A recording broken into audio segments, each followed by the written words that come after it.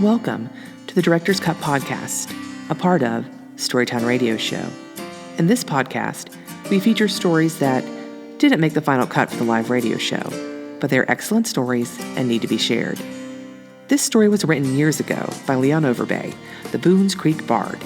He was a founder of the Storytown Radio Show, an avid storyteller and story collector.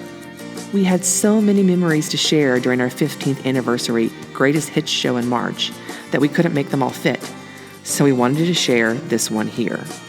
We miss our friend Leon, but we know he's still telling stories from on high. Enjoy Church Camp, read by Paul Harris and Stephen Goodman. We didn't know what church camp was when they called us into the special meeting of the church board. Over the next few years, though, we became regular attendees.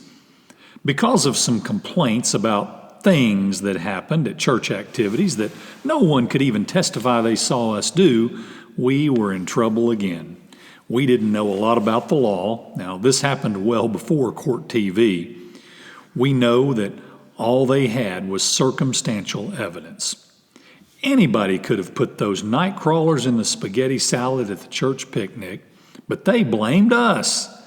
Anybody could have put a whoopee cushion under the pillow on the piano bench, but they blamed us.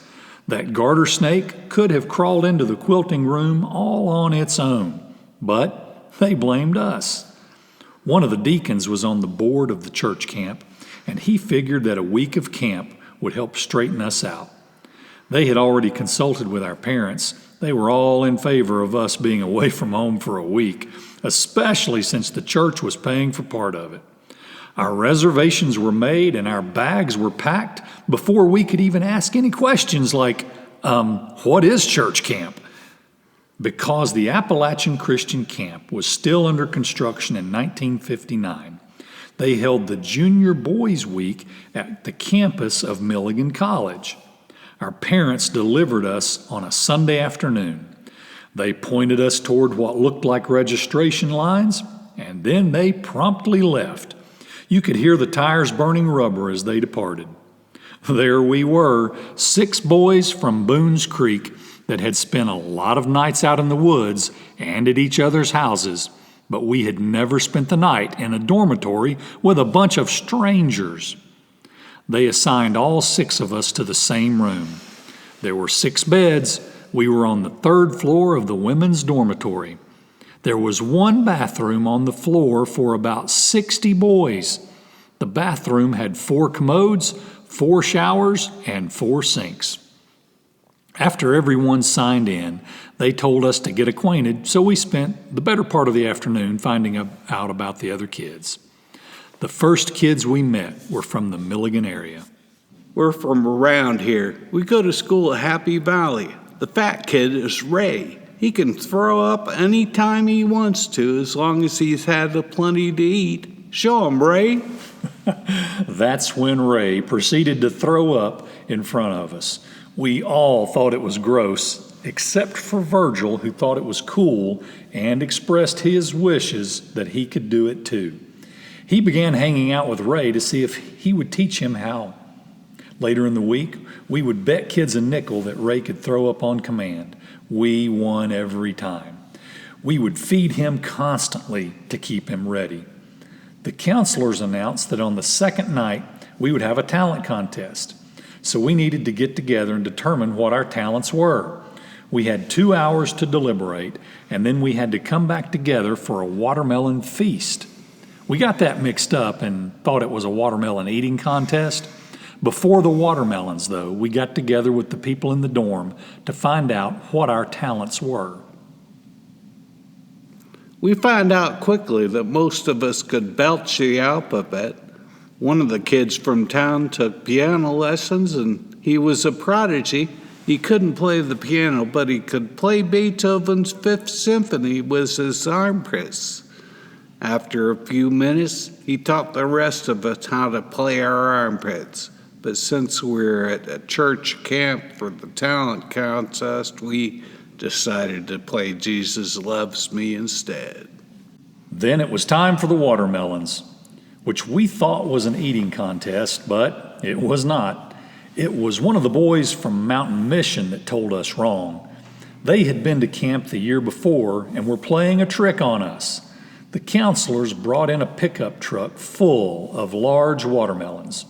All us Boones Creek kids and the boys from Milligan grabbed a watermelon each and busted it open and began to eat.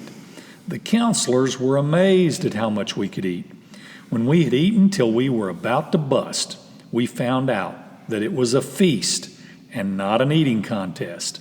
The boys from Mountain Mission laughed. By this time, Ray had barfed twice. The counselors announced that it was bedtime. We were to go to our rooms and not leave our floor. Whatever we did, we had to stay on the third floor. We lay down, then the effects of the feast hit it. There's a lot of water in a watermelon. We had to go to the bathroom. Over the next few minutes, our trips to the bathroom increased. Suddenly, there were people waiting for the use of the 4 commodes. The watermelon hit all the boys on the third floor.